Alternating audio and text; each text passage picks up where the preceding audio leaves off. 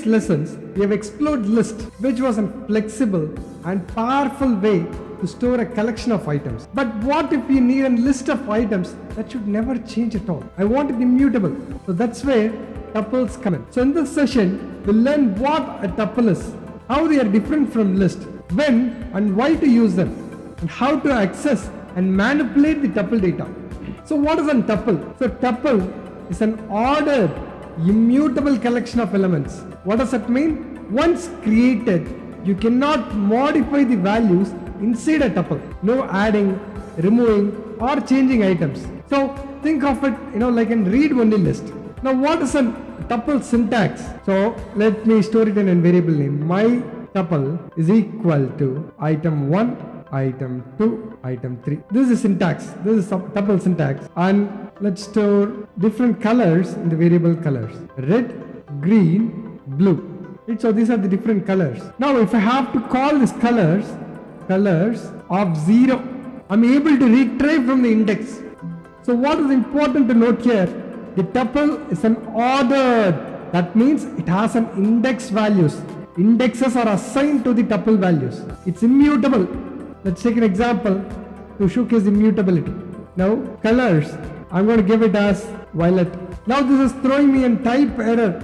Tuple object does not support an item assignment. So when I've given colors of 0, violet, right? So you can see that the tuple object does not support an item object. So you can see it is ordered, indexed, immutable, and you cannot modify the values inside a tuple. No adding, removing or changing values, right? So and does tuple allow for duplicates? Let's check that. Red, let's print colors, right? So you can see clearly that the tuples allows duplicate. However, and data type like set does not allow for duplicate, right? So these are ordered. This allows duplicates, and the indexing is also allowed. Is it changeable? Right? So can I change a specific value in a tuple? No, it's not possible. It's immutable. Right? So we have seen how to create a tuple. Now in a tuple, I can create a mixed data type. Say for example, Sarvesh is a string, 34 is an integer, and true is a boolean. Now when I print person, so you can see Sarvesh 34 true, right? So that means it can accept mixed data types into a single tuple, right? So this is a string, this is an integer, this is a boolean. Like if you want, you can add and float as well, right? So whatever the different data types, you can add here, right? So we have one special syntax. If I have only one tuple element, right? So if I have only one tuple element, right? So I'm going to name it as single element is equal to, I'll say it as apple, comma, right? So apple, comma. Now if I say print single element, right? So apple, comma, right? So whenever there is a single element, right? So you can, if you add it as a comma, it will return it as a tuple. Now let us create single element without comma, right? So I'm going to give it as cherry, right? Now it will accept, it will run. Now if I print a single element without comma, it will return it as a string rather than returning it as a tuple, right? So if you want a tuple to be returned back as a tuple for a single element, you'll have to give a comma in it. So this is a special syntax whenever there is one single element. That's the speciality here, right? So how can I access the tuple elements? Same slicing concepts can be applied here, right? So when I've given colors, right? Colors 0 to 2, right? So the red, green. First is inclusive, the last is exclusive. What does exclusivity means? 2 minus 1, 1. Therefore, red and green. Index value 0 and index value 1 is collected from it, right? So the same slicing concept that we have seen, you can see it here as well, right? So now let's look at few tuple methods like we have seen for the list. What are some tuple methods? Count, right? So count is very interesting method. So what is this count? This is going to count the number of occurrences that's present in the tuple. So numbers is equal to 1, 2, 3, 2, 2, right? Now I'm going to print numbers dot count 2, right? So I'm going to count the number 2, number of times the number 2 is present in this variable nums, and run this. So the number 2 is present 3 times in this variable nums, right? So that's what this count method within this tuple. Now let's look for index. What does this index method do? Right? This is going to find the index of a value. Right? So it's going to find the index of a value. Now say for example, nums dot index of 3. Index of 3 is going to be 0, 1 and 2. Now there could be a question, right? So what happens if I'm going to give an index of 2? Because there are 3 occurrences. When I give nums.index of 2, it's going to retrieve the first time that number is present. First time that index is present. Nums.index of 2, so it's present in this index 1. So therefore 0 and 1. Right? So it's present in this index 1. Right?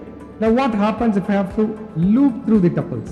How will I loop through the different tuples? Right? So let's add a loop through the tuples. Now how will I loop through the tuples? Now let's print fruits. How many fruits are present?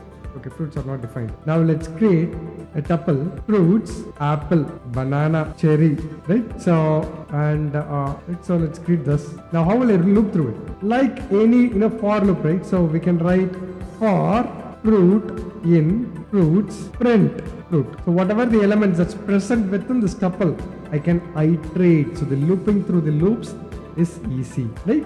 So these are the basic concepts. Now what happens if I have to pack, right? So what is the tuple packing and unpacking? How will I tuple pack and unpack the tuple? Now if I'm going to give the person Sarvesh, age 34, and I'm going to say I'm from India, right? So I've packed, right? So all these things are present in this variable name person. If at all I have to store it into various different variables, right? So name, comma, age, comma, country is equal to, we give this person. Now let's print name, age, country, right? So you can clearly see that it has extracted the tuple into 3 different variables, right? So you can print name alone separately.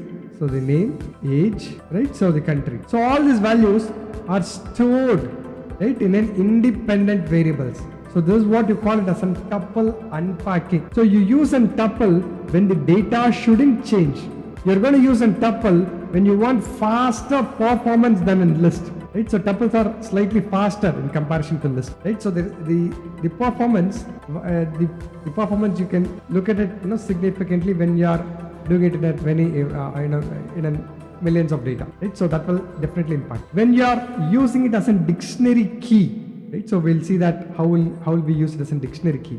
I'll use it as a dictionary key because I don't want to edit the values that's present in the dictionary, right? So when you are working with coordinates, when I'm working with RGB data, when I'm working with fixed data sets where the element should not be changed, I'll use tuples. Now we are coming to the end of this tuple session. Now let's create let's create it, let's make it as a mini challenge for the learners, for you guys.